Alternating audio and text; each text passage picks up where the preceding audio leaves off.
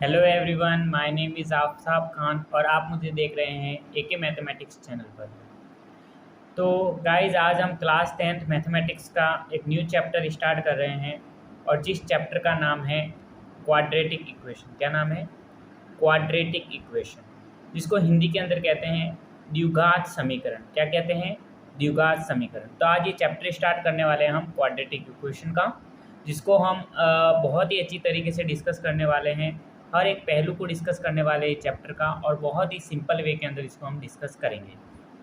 तो आज का जो लेक्चर है उसके अंदर हम इंट्रोडक्शन देखेंगे क्वाड्रेटिक इक्वेशन का। आज का जो लेक्चर है उसके अंदर हम बेसिकली क्वाड्रेटिक इक्वेशन क्या होती है उसका इंट्रोडक्शन देखेंगे। तो ये जो लिखा हुआ है ये हमारे पास स्टैंडर्ड फॉर्म होती है किसी भी क्वाड्रेटिक इक्वेशन की। क्या होती हैं, इसको कैसे रीड किया जाता है? इसको रीड करने का तरीका होता है ax² plus bx plus C is equal to zero where a is not equal to zero. तो गाइज, लेक्चर को शुरू करने से पहले मेरा एक ब्रीफ इंट्रोडक्शन देख लीजिए। मेरा नाम आफ्ताब खान है, बीएससी मैंने पीसीएम के अंदर कर रखा है, एमएससी में मैथमेटिक्स के अंदर हूँ और आईआईटी से मैंने क्वालिफाई कर रखा है इन मैथमेटिक्स। गाइज, हमारा पर्पस क्या रहता है? हमारा मेन पर्पस रहता है मैथमेटिक्स को सिंपल बनाना, मैथमेटिक्स में आपका इंटरेस्ट क्रिएट करना। अब मैथमेटिक्स में बेसिकली इंटरेस्ट आएगा कैसे? मैथमेटिक्स में इंटरेस्ट तभी आएगा जब हमारे बेसिक कॉन्सेप्ट जो हैं, जो कि हमने प्रीवियस क्लासों के अंदर पढ़े हैं, वो क्लियर होंगे। मैथमेटिक्स में इंटरेस्ट क्रिएट करने का इसके अलावा कोई और रास्ता है ही नहीं। अगर आपके कॉन्सेप्ट क्लियर हैं तो आपको मैथमेटिक्स समझ में आएंगी, अदरवाइज़ आपको नहीं आएंगी। और हम यहाँ पर जो कंटेंट प्रोवाइड करते हैं और जिस तरीके से एक्सप्लेन करते हैं वो सारे के सारे कॉन्सेप्ट आपके क्लियर किए जाते हैं। तो कॉन्सेप्ट का क्लियर होना बहुत ही ज़्यादा ज़रूरी है। तो आप ज़्यादा ना पढ़े, बट जितना भी पढ़े कॉन्सेप्चुअल पढ़े, हर एक कॉन्सेप्ट को ध्यान रख करके पढ़े, तो आपको मैथमेटिक्स में इंटरेस्ट आएगा और आप मैथमेटिक्स के फील्ड में बहुत कुछ अच्छा कर सकते हैं। तो ठीक है गाइस, शुरू करते हैं आज का लेक्चर। देखते हैं क्वाड्रेटिक इक्वेशन क्या होती है और किस तरीके से इस लेक्चर में हम आगे बढ़ने वाले हैं और क्या क्या देखने वाले हैं। बहुत ही इंटरेस्टिंग चैप्टर है और बहुत ही ज़्यादा मज़ा आने वाला है। तो शुरू करते हैं आज का लेक्चर।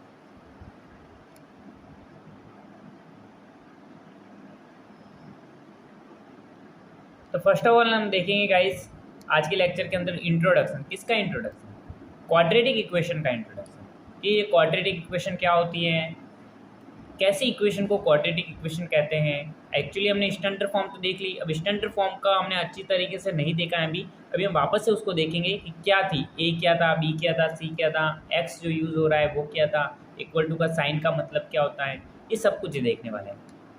तो फर्स्ट ऑफ ऑल हम देखेंगे standard form of quadratic equation, कि किसी भी ये जो क्वाड्रेटिक इक्वेशन है इसकी स्टैंडर्ड फॉर्म क्या होती है। हिंदी में अगर कहें तो ये मानक रूप, क्या कहेंगे इसको? मानक रूप, किसी भी द्विघात समीकरण का मानक रूप। तो क्या होता है? तो ये होती है इसकी स्टैंडर्ड फॉर्म। किसकी स्टैंडर्ड फॉर्म? क्वाड्रेटिक इक्वेशन की स्टैंडर्ड फॉर्म होती है ax² plus bx plus C is equal to zero where a is not equal to zero. ये होती हैं standard form of quadratic equation, जहाँ पर where x is variable quantity and a b c all are real numbers, यानी constant quantity. अब variable quantity क्या होती है, कांस्टेंट क्वांटिटी क्या होती है, इसके बारे में मैं आपको थोड़ा बताना चाहूँगा। वेरिएबल क्वांटिटी का मतलब होता है कि वे क्वांटिटी जो कि अननोन हो, क्या हो? अननोन, जिसकी वैल्यू हमें फाइंड आउट नहीं हो, जिसकी वैल्यू हमें ज्ञात करनी होती है, या वो क्वांटिटी जो वेरी कर सके, वेरी करती हैं, उसे हम कहेंगे वेरिएबल क्वांटिटी। या जो अननोन है, जो हमें फाइंड आउट करनी है, उस क्वांटिटी को हम कहेंगे वेरिएबल क्वांटिटी। तो यहाँ पर वेरिएबल क्वांटिटी कौन है? एक्स है। फिर दूसरा लिखा हुआ है a b c all are real numbers, यानी कि ए बी और सी जो है वो सारे के सारे रियल नंबर्स हैं। अब रियल नंबर्स क्या होते हैं? Combination of rational and irrational number. तो ए बी सी या तो रैशनल होंगे या फिर इरेशनल नंबर होंगे, ठीक है। तो ये लिखा हुआ है यहाँ पर। तो ए बी सी का मतलब होता है all are real numbers and x का मतलब होता है वेरिएबल क्वांटिटी, जो कि अननोन है, जिसकी वैल्यू को हमें फाइंड आउट करना है। तो जब हम इस क्वाड्रेटिक इक्वेशन को सॉल्व करेंगे तो हम बेसिकली एक्स की वैल्यू को फाइंड आउट करेंगे, ठीक है। जब हम सॉल्व करेंगे आगे डिफरेंट टाइप के मेथड से, तब हम वहाँ पर एक्स की वैल्यू को ही फाइंड आउट कर रहे होंगे, क्योंकि ए बी सी तो हमें गिवन होगा, ये तो हमारे पास कांस्टेंट क्वांटिटी है। और x जो है वो वेरिएबल है, तो इसकी वैल्यू को हम यहाँ पर बेसिकली फाइंड आउट करेंगे। तो ये गाइस स्टैंडर्ड फॉर्म होती हैं जिसको आप अपनी नोटबुक के अंदर नोट डाउन कर सकते हैं। और आज से जो है इस क्वाड्रेटिक इक्वेशन का जो चैप्टर है उसके नोट्स बनाना आप चालू कर सकते हैं, जो आपके एग्ज़ाम के पॉइंट ऑफ व्यू से बहुत ही ज़्यादा इंपॉर्टेंट है और एग्ज़ाम में काफ़ी अच्छा परफॉर्म करने के लिए इस प्रकार के नोट्स आपके बहुत ज़्यादा काम आने वाले हैं, बहुत ही ज़्यादा हेल्पफुल होने वाले हैं। तो देखते हैं गाइज इसके कुछ डिफरेंट टाइप के क्वेश्चन, लेकिन कुछ और बातें करते हैं कि जो क्वाड्रेटिक इक्वेशन है इसमें ये x क्या है, हमारे पास वेरिएबल है। तो x वेरिएबल है तो इसकी खास बात यह है कि क्वाड्रेटिक नाम है तो इसका मतलब वेरिएबल की हाईएस्ट पावर कितनी होगी, यहाँ पर 2 होगी। तो वेरिएबल क्या है, x है, तो वेरिएबल की हाईएस्ट पावर कितनी है, 2 है। एक्चुअली यहाँ पर 1 भी है बट हाईएस्ट पावर देखनी है तो इसकी हाईएस्ट पावर कितनी है, 2 है। और यहाँ पर लिखा हुआ है a is not equal to 0। a is not equal to 0 का मतलब क्या, a is not equal to 0 का मतलब ये होता है गाइज कि जब a हमारे पास 0 के इक्वल नहीं होना चाहिए, b 0 हो सकता है बट a का नॉन ज़ीरो होना कंपलसरी है। अब आप बोलोगे कि ऐसा क्यों, ऐसा इसलिए है गाइज क्योंकि अब सपोज कीजिए अगर a 0 हो जाता है, अगर a 0 हो जाता है तो जब a की वैल्यू अगर 0 हो जाती है तो एक्स स्क्वायर का कोफिशिएंट जो है वो हमारे पास बेसिकली 0 हो जाता है। और जब एक्स स्क्वायर का कोफिशिएंट 0 हो जाता है तो एक्स स्क्वायर का टर्म हमारे पास बचता ही नहीं है, एक्स स्क्वायर का टर्म हमारे पास बचता ही नहीं है। फिर ये इक्वेशन कैसी हो जाएंगी गाइज, फिर ये इक्वेशन कैसी हो जाएंगी, ये इक्वेशन हो जाएंगी b x plus C is equal to 0, b x plus C is equal to 0, यही हो जाएंगी जब हम सपोज करेंगे कि a की वैल्यू हमारे पास 0 है।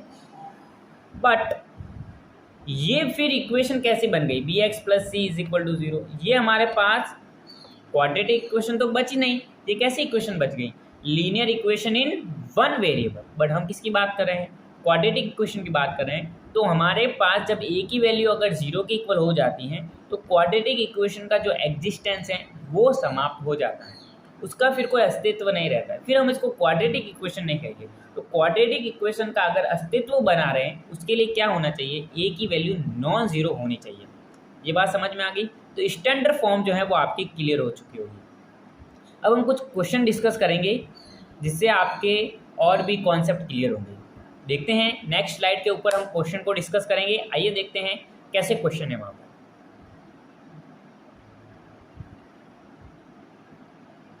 अब देखिए गाइस क्वेश्चन नंबर फर्स्ट हमसे कहता है check whether the following are quadratic equation, यानी कि हमारे पास कुछ इक्वेशंस दे रखी हैं तो हमें ये चेक करना है क्या ये हमारे पास क्वाड्रेटिक इक्वेशन है या कुछ अलग टाइप की इक्वेशन है, हमें ये चेक करना है क्या क्वाड्रेटिक इक्वेशन है। अब हमें पता है कि क्वाड्रेटिक इक्वेशन किस फॉर्म में होती है, A X square plus B x plus C is equal to 0 and where A is not equal to 0, ये हमारे पास होती है क्वाड्रेटिक इक्वेशन की स्टैंडर्ड फॉर्म। तो इस फॉर्म में अगर कोई हमारे पास इक्वेशन अगर दे रखी होगी तो हम कहेंगे कि हाँ भैया ये क्वाड्रेटिक इक्वेशन है, अदरवाइज वो क्वाड्रेटिक इक्वेशन नहीं है। तो आइए देखते हैं क्वेश्चन को सॉल्व करते हैं। क्वेश्चन नंबर फर्स्ट दे रखा है x प्लस 1 का whole square is equal to 2x minus 3।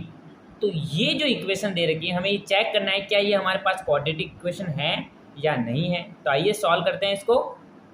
Solution given that, first of all हम लिखेंगे गिवन दैट, ये लिखने का तरीका होता है, पूरा तरीका किस तरीके से एग्जाम में भी लिखना है इससे हम समझ सकते हैं, हर एक स्टेप को समझ सकते हैं। गिवन दैट का मतलब होता है दिया हुआ है कि x प्लस 1 का whole square is equal to 2x minus 3, ये हमारे पास गिवन है। अब गाइज हम क्या करेंगे, ये जो लेफ्ट हैंड साइड के अंदर लिखा हुआ है ना x प्लस 1 का होल स्क्वायर, इसके अंदर हम एक बहुत ही फेमस आइडेंटिटी का यूज़ करने वाले हैं। और वो आइडेंटिटी बेसिकली होती क्या है मैं आपको बता देता हूँ। वो आइडेंटिटी होती है, यहाँ पर देखिए जो ब्रैकेट में लिखा हुआ है a प्लस बी का whole square is equal to a square plus 2ab plus b square, ये वर्ल्ड फेमस आइडेंटिटी है जिसका हम बहुत सारे क्वेश्चन के अंदर यूज़ करते हैं। तो जो लेफ्ट हैंड साइड के अंदर जो हमारे पास टर्म लिखा हुआ है x प्लस 1 का होल स्क्वायर, इसमें भी इस आइडेंटिटी का यूज़ करेंगे और इसको सिंप्लीफाई करेंगे। अब देखिए जहाँ पर a की जो वैल्यू है वो a जो है यहाँ पर x का काम कर रहा है और 1 जो है वो यहाँ पर b का काम कर रहा है। तो यहाँ पर हमने इस आइडेंटिटी का यूज़ किया और इसको क्या किया, सिंप्लीफाई किया। आई होप गाइज आप इसको समझ चुके होंगे। एक्स स्क्वायर प्लस 2, ए की प्लेस पर x और b की प्लेस पर 1 और प्लस 1 का स्क्वायर, ठीक है, इज इक्वल टू इस 2 को मैंने इसके अंदर मल्टीप्लाई किया तो ये हो गया x-3। क्या हो गया? x-3 हो गया या नहीं हो गया? हो गया। तो इस तरीके से गाइज हमने इसको सॉल्व किया, सिंप्लीफाई किया। अब गाइज थोड़ा सा और सिंप्लीफाई करते हैं, तो मैं इसको क्या लिख सकता हूँ, x² + 2x + 1 = 2x - 6।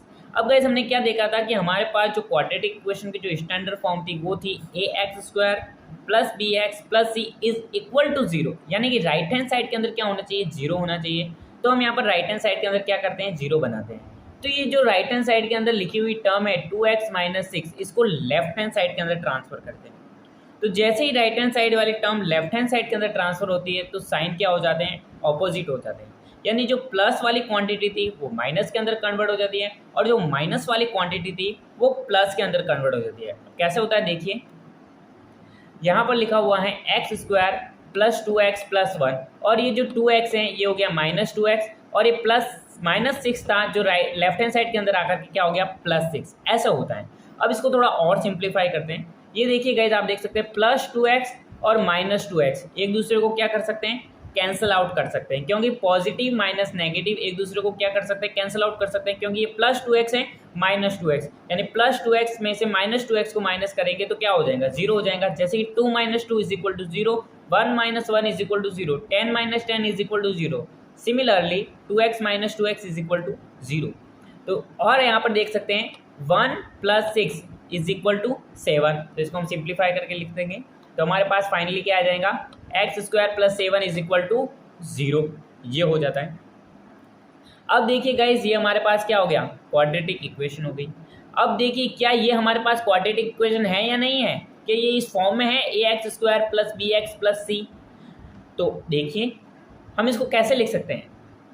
We can also written as, हम इसको ऐसे लिख सकते हैं x² + 0x + 7 = 0। अब आप बोलोगे कि हमने ऐसा क्यों लिखा है? ऐसा इसलिए लिखा है क्योंकि इसकी स्टैंडर्ड फॉर्म क्या थी? इसकी स्टैंडर्ड फॉर्म थी ax² + bx + c = 0। तो इस इक्वेशन को हम इस फॉर्म में लिख पा रहे हैं ना? लिख पा रहे हैं। तो इसका मतलब क्या हो गया कि ये हमारे पास क्या है? Yes, it is quadratic equation.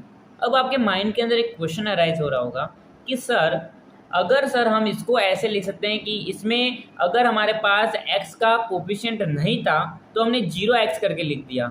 तो सर अगर हमारे पास जैसे कि इक्वेशन अगर ऐसे आ जाए 3x + 7 = 0, तो हम इसको ऐसा क्यों नहीं लिख सकते? कैसा?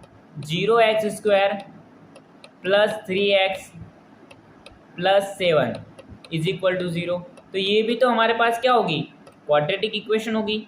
बट गाइज ऐसा नहीं होता है, क्योंकि हमने पास एक और कंडीशन थी। वो कंडीशन क्या थी कि a is not equal to 0। a is not equal to 0। a का मतलब क्या है? x² का कोफिशिएंट, कि x² का कोफिशिएंट 0 के इक्वल नहीं होना चाहिए। अदर बाकी कोफिशिएंट 0 के इक्वल हो सकते हैं, बट जो x² का जो कोफिशिएंट है वो 0 के इक्वल नहीं होना चाहिए। तो यहाँ पर x² का कोफिशिएंट 0 के इक्वल नहीं है, 1 के इक्वल है। b भले 0 के इक्वल हो जाए, बट x² का कोफिशिएंट 0 के इक्वल नहीं होना चाहिए। इस केस के अंदर इसको हम क्वाड्रेटिक इक्वेशन नहीं कहेंगे। क्यों नहीं कहेंगे? क्योंकि इसमें x² का कोफिशिएंट जो है वो 0 के इक्वल है। आगे कहानी समझ में? तो इसलिए ये हमारे पास जो गिवन इक्वेशन है वो हमारे पास क्या है? क्वाड्रेटिक इक्वेशन है। एक और क्वेश्चन डिस्कस करते हैं हम, बहुत ही फेमस क्वेश्चन डिस्कस करते हैं। देखिए गाइज, हमारे पास सेकंड क्वेश्चन है, हमारे पास वो लिखा हुआ है x - 2 × x + 1 = x - 1 × x + 3। अब इसको थोड़ा सिंप्लीफाई करते हैं। हम ये देखते हैं कि ये हमारे पास क्वाड्रेटिक इक्वेशन है या नहीं है। तो हम इसको कैसे लिख सकते हैं? थोड़ा सिंप्लीफाई करें तो x लिख सकते हैं, फिर x, ये यहाँ से x लिखा, फिर यहाँ पर क्या x + 1, फिर -2 लिखा, फिर हमने किया x + 1, फिर लेफ्ट हैंड साइड के अंदर हमने किया x लिखा, फिर क्या x + 3, फिर -1 लिखा, x + 3। अब आप बोलोगे कि ये कैसे लिख दिया? देखिए गाइस, क्या करना है, जो लेफ्ट हैंड साइड में ये जो x है ना, इसमें ये x लिखो, फिर इसको इस पूरे से मल्टीप्लाई करो x + 1 से, फिर यहाँ पर -2 लिखो, फिर इस x + 1 से मल्टीप्लाई करो, फिर यहाँ पर राइट हैंड साइड के अंदर आइए, ये x लिखिए, फिर इसको x + 3 से मल्टीप्लाई कीजिए, और ये -1 लिखिए और इसको भी क्या कीजिए? x + 3 से मल्टीप्लाई कीजिए। कौन सी आइडेंटिटी लगा रहे हैं? वो आइडेंटिटी मैं बता रहा हूँ आपको। हम आइडेंटिटी इसका यूज़ कर रहे हैं। कौन सी identity? a + b × c + d = a, C plus D plus B C plus D, इस आइडेंटिटी का यूज़ कर रहे हैं। ठीक है, इसको सिंप्लीफाई करने के लिए अब क्या करेंगे गाइस, लेफ्ट हैंड साइड में x को x से मल्टीप्लाई करेंगे तो क्या हो जाएगा एक्स स्क्वायर, और फिर 1 से मल्टीप्लाई करेंगे तो प्लस हो जाएगा। इस तरीके से हम इसको सिंप्लीफाई करेंगे, एक्स स्क्वायर प्लस एक्स, फिर -2 को x से मल्टीप्लाई करेंगे -2x, फिर -2 को 1 से मल्टीप्लाई करेंगे तो -2 is equal to x square, फिर x को 3 से मल्टीप्लाई करेंगे 3x, फिर -1 को x से मल्टीप्लाई करेंगे -x, फिर 3 को -1 से मल्टीप्लाई करेंगे तो -3। वेरी सिंपल इजी वे से सिंप्लीफाई करना है, इतना तो आप भी कर सकते हैं। अब इसको थोड़ा सा और सॉल्व करेंगे। यहाँ से देखिए एक्स स्क्वायर प्लस एक्स, अब देखिए लाइक टर्म जो है वो लाइक टर्म से सब्ट्रैक्ट होती हैं, ऐड होती हैं। जैसे कि एक्स हैं जो कि 2x एक्स वाली टर्म के साथ ही डील करेगा, ऐसा नहीं है कि 2x को एक्स स्क्वायर से सब्ट्रैक्ट कर दिया जाए, ऐसा बिल्कुल नहीं होगा। जैसे कि ये होगा x माइनस 2x है तो क्या होगा -x हो जाएगा। ठीक है, और जैसे कि मैं यहाँ पर लिखता हूँ सिंप्लीफाई तरीके से, एक्स स्क्वायर फिर x माइनस 2x यानी कि -x, जैसे कि 1 माइनस 2 कितना होता है 1 माइनस 2 इज इक्वल टू -1 होता है, तो सिमिलरली x माइनस 2x कितना होगा -x, फिर यहाँ पर -2 फिर एक्स स्क्वायर, फिर यहाँ पर क्या है 3x माइनस 2 यानी कि 2x, फिर होगा -3, फिर क्या होगा -3। अब इसको थोड़ा सा और सिंप्लीफाई करेंगे। हमारे क्वाड्रेटिक इक्वेशन की स्टैंडर्ड फॉर्म क्या थी कि राइट हैंड साइड के अंदर क्या था 0 था, तो राइट हैंड साइड के अंदर हमें क्या लाना होता है 0 लाना होता है। तो 0 लाने के लिए हम क्या करेंगे, इसको लेफ्ट हैंड साइड के अंदर ट्रांसफर करेंगे, जो राइट हैंड साइड के अंदर लिखी हुई टर्म्स हैं उसको लेफ्ट हैंड साइड के अंदर ट्रांसफर करेंगे, तो ये हो जाएगा x square minus x minus 2। तो जैसे ही राइट हैंड साइड वाली टर्म लेफ्ट हैंड साइड के अंदर ट्रांसफर हो गई तो साइन क्या हो गया ऑपोजिट हो गए, तो minus x square minus 2x plus 3, इसको सिंप्लीफाई करना है। तो यहाँ से देखिए x square minus x square में से एक्स स्क्वायर कटेगा तो कितना आ जाएगा 0, तो ये तो एक्स स्क्वायर वाली टर्म तो गायब ही हो गई, फिर -x और -2x यानी कितना हो जाएगा -3x प्लस 1, अब प्लस 1 कैसा आया +3 और -2 प्लस 1। अब गाइस आप इसको ऑब्जर्व कीजिए, क्या ये हमारे पास क्वाड्रेटिक इक्वेशन है, तो आपका जवाब होगा कि ये नहीं है, क्योंकि यहाँ पर एक्स स्क्वायर का कोफिशिएंट क्या है 0 के इक्वल है, बट स्टैंडर्ड फॉर्म क्या बोलते हैं कि एक्स स्क्वायर का कोफिशिएंट 0 के इक्वल नहीं होना चाहिए। तो हम यहाँ पर क्या लिख सकते हैं, it is not of the form ax square plus bx plus c is equal to 0, therefore the given equation is not a quadratic equation. हम यहाँ पर इसका फाइनल आंसर इस तरीके से लिख सकते हैं। तो आई होप गाइज आपको क्वाड्रेटिक इक्वेशन में कुछ कॉन्सेप्ट से रिलेटेड कुछ इंट्रोडक्शन जो है वो समझ में आ चुका होगा, और हम यहाँ पर डिफरेंस कर पा रहे होंगे कि कौन सी इक्वेशन क्वाड्रेटिक होगी और कौन सी इक्वेशन क्वाड्रेटिक नहीं होगी। आई होप गाइज आज का लेक्चर आपको समझ में आ चुका होगा, बहुत ही ईजी वे में मैंने आपको समझाने का प्रयास किया है। तो टिल देन गाइज आज के लिए इतना ही, तो पढ़ते रहिए और मुस्कुराते रहिए। तो ठीक है गाइज, बाय बाय गाइज। अगर गाइज आपको हमारा ये वीडियो अगर पसंद आया है तो इस वीडियो को लाइक करें, अपने दोस्तों के साथ शेयर करें, और अभी तक आपने हमारे चैनल को सब्सक्राइब नहीं किया है तो प्लीज़ चैनल को सब्सक्राइब करें और साथ ही साथ बेल आइकन को प्रेस करें, शो दैट कि आपको आगे आने वाले वीडियो को नोटिफिकेशन मिलते रहे। और अगर गाइज आज का जो लेक्चर हमने इंट्रोडक्शन लिया है क्वाड्रेटिक इक्वेशन का, उससे रिलेटेड किसी प्रकार का कोई डाउट है तो आप हमें कमेंट बॉक्स में कमेंट कर सकते हैं, हम आपके डाउट को डेफिनेटली सॉल्व करेंगे। तो टिल देन गाइज मिलते हैं अगली वीडियो के अंदर ऐसे इंटरेस्टिंग टॉपिक एंड क्वेश्चन के साथ। तो thank you so much, thank you for watching me, thank you guys.